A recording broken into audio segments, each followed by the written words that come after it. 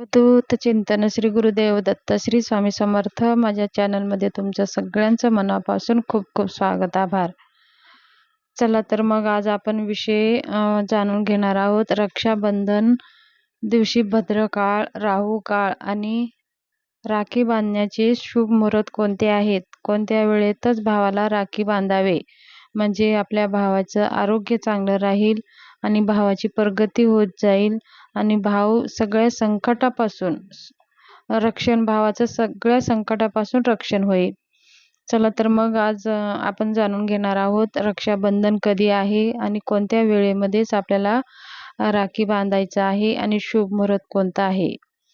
बघा, ह्या वर्षी श्रावण पौर्णिमा ही 18 ऑगस्ट रोजी दुपारी 2:21 पासून सुरू होणार आहे. तर दुसऱ्या दिवशी म्हणजे 19 ऑगस्ट रोजी संपूर्ण दिवस असेल आणि त्या दिवशी रक्षाबंधन आपल्याला साजरा करायचा आहे. 19 तारखेला सोमवार वार आहे. ह्या भद्रकाळामध्ये राखी बांधणे अशुभ मानले जाते. म्हणून भद्रकाळ कधी आहे? पंचांगानुसार 18 ऑगस्ट रोजी दुपारी 2:21 तर 21 भद्रकाळ सुरू होणार आहे. तर दुसऱ्या दिवशी 19 ऑगस्टला रोजी पहाटे 1:24 पर्यंत भद्रकाळ राहणार आहे. तर भद्रकाळामध्ये रक्षासूत्र बांधणे शुभ मानले जात नाही. भावाला ह्या वेळेमध्ये राखी बांधू नये. त्यामुळे राखी बांधण्याचं शुभ मुहूर्त आहे 19 ऑगस्ट रोजी दुपारी 1:24 नंतर शुभ मुहूर्त आहे. तर ह्या 1:30च्या नंतरच आपल्याला भावाला राखी बांधायचं आहे. पण आजकालच्या जमान्यामध्ये काही वेळ पाहत नाही. आपल्या सोयीनुसार तुम्ही बांधू शकता. पण काही शास्त्रीय नियम पाळले तर अतिउत्तम असतं. पण तुमच्या मनावर, तुम्ही राखी बांधण्यास ह्या मुहूर्तामध्ये बांधू शकता किंवा तुम्ही पाळत नसाल तर तुमच्या हिशोबाने तुम्ही बांधू शकता. तर राखी बांधण्याचे शुभ मुहूर्त आहेत. राखी 19 ऑगस्टला 1:30 वाजल्यानंतर राखी आपल्याला बांधायचं आहे. तर सायंकाळी 6:25 पर्यंत आपल्याला राखी बांधायचं आहे. प्रदोष काळात राखी बांधण्याची उत्तम वेळ म्हणजे 7 वाजल्यापासून ते 9 वाजेपर्यंत आपल्याला राखी बांधण्याचे शुभ मुहूर्त आहे. ह्या वेळेमध्ये भावाला रक्षासूत्र बांधल्याने भावाचं दीर्घ आयुष्य, आशीर्वाद मिळते असे मानले जाते. राखी कोणत्या हातात भावाला बांधाव्यात? बघा, रक्षाबंधनाच्या दिवशी भावाच्या उजव्या हाताला राखी बांधणे शुभ मानले जाते. धार्मिक शास्त्रानुसार उजवा हात ह्या जीवनाच्या रोजच्या क्रियाचा हात असल्याने असे सांगितले गेले आहे. देवतांचाही मनुष्य उजव्या बाजूलाच वास असतो. म्हणूनच आपण आपल्या भावाला उजव्या हातालाच राखी बांधायची असते. आणि उजव्या हाताला राखी बांधल्याने भावाच्या प्रत्येक संकटापासून, भावाच्या प्रत्येक वाईट शक्तीपासून संरक्षण होते. बहिणीच्या ह्या एका रक्षासूत्रामध्ये भावाच्या प्रत्येक संकटापासून रक्षण होते.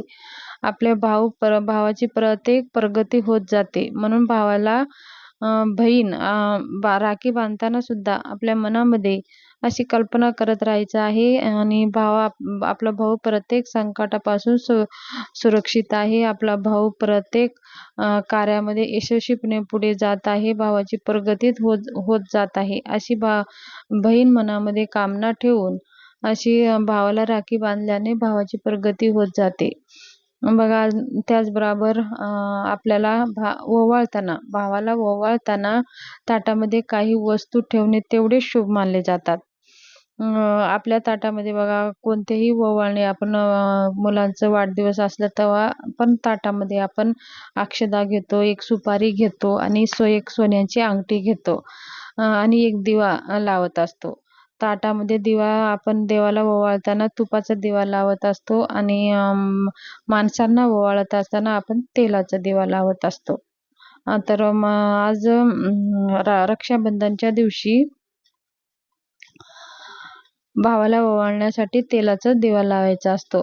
तर सुपारी, सोनं आणि अक्षदा हे ठेवण्याचे महत्त्व काय आहे? देवाला अर्पण करत असताना आपण पांढरे अक्षदा अर्पण करत असतो आणि माणसाला अर्पण करत असतानाही त्याच्यात कलर मिक्स म्हणजे थोडीशी हळद कुंकू टाकून त्या अक्षदाला आपण कलर करत असतो. मग ह्याच्या मागचे सुद्धा काही शास्त्रीय कारण आहेत. बघा हे तांदूळ शुभ्र आपण भगवंताला अर्पण करत असतो, पण माणसाला कलर करून का अर्पण करायचं? ते प्रत्येक माणसाच्या जीवनामध्ये असं कलरासारखं त्यांचं जीवन कलरफुल राहावं, त्यांचं जीवन हसत खेळत राहावं म्हणून ते कलरफुल त्यांच्या जीवनामध्ये सगळ्या गोष्टीमध्ये खुशी राहावं म्हणून आपण कलर करून त्या अक्षदा भावाच्या डोक्यावर अर्पण करायचे असतात. आणि त्याचबरोबर ते आपल्याला एक सुपारी आपण भावाच्या डोक्यावरून ओवाळत असतो. तर ह्याच्या मागचं शास्त्रीय कारण असं आहे, की आपला भाऊसुद्धा सुपारीसारखा कडकच राहावं. कधी कोणासमोर झुकू नये, कधी कोणाजवळ हात पसरू नये. जसं सुपारी कडक आहे, तसंच आपला भाऊ सदा नेहमी कडकच राहावं. त्याच्या मागचं ते उद्देश आहे. आणि सोनं ओवाळण्याचा पण हेच उद्देश आहे, की आपल्या भावाचे जीवन हे सोन्यासारखं राहावं. भावाच्या जीवनामध्ये कधीही संकट येऊ नये. भावाच्या जीवनामध्ये कधीही अपयश येऊ नये. भावाचं जीवन सारखं जसं सोनं चमकतच असतं, तसंच जीवन त्यांचं चमकत राहावं. भाऊ आपलं सोन्यासारखं पिवळं सोन्यापेक्षा पिवळं राहावं म्हणून सोनं ओवाळायचं असतं. तर आपण सुपारी ओवाळत असताना ₹1 नाणं सुद्धा ओवाळत असतो पहा. तर ते नाणं ओवाळण्याचं सुद्धा तेच महत्त्व आहे, की आपल्या भावाकडे कधीही धनाची कमी राहू नये. कधी आपला भाऊ धनाविषयी अभाव राहू नये म्हणून ₹1 नाणं ओवाळायचं असतं. तर अशा प्रकारे आपण भावाला ओवाळायचं असतं. आणि ते जे काही तेलाचा दिवा आपण घेतलेला आहे, तर भावाला तेलाच्या दिव्यानं ओवाळायचं असतं. कपाळाला कुंकू वल्ले करून थोडेसे कुंकू लावायचे असतात आणि थोडा अक्षदा डोक्यावर अर्पण करून भावाला ओवाळायचं असतं. एकदा आपण भावाला ओवाळलं, जोवर राखी बांधत नाही तोवर आपलं ताट खाली ठेवायचं नसतं. आपले 2 भाऊ असेल तर काय करायचं, एका भावाला ओवाळायचं, मग दुसऱ्या हातात ताट द्यायचे, मग दुसऱ्या भावाला कुंकू वगैरे लावून ओवाळायचं असं. पूर्ण आपण ओवाळणं झालं, भावांच्या हातात राखी बांधणं झाल्याच्या नंतरच ओवाळणीची ताट आपल्याला खाली जमिनीवर ठेवायचं आहे. अशा प्रकारे आपल्या भावाच्या प्रगतीसाठी, भावाच्या रक्षणासाठी, भावाच्या प्रत्येक संकटापासून रक्षण होण्यासाठी अशा प्रकारे आपल्याला रक्षाबंधनच्या दिवशी भावाला ओवाळायचं आहे. तर ही रक्षाबंधनविषयी तुमच्याशी माहिती शेअर करायची होती. माहिती कशी वाटली? आवडली असेल तर चॅनलला शेअर करा, सबस्क्राईब करा आणि व्हिडिओ जास्तीत जास्त शेअर करा. धन्यवाद.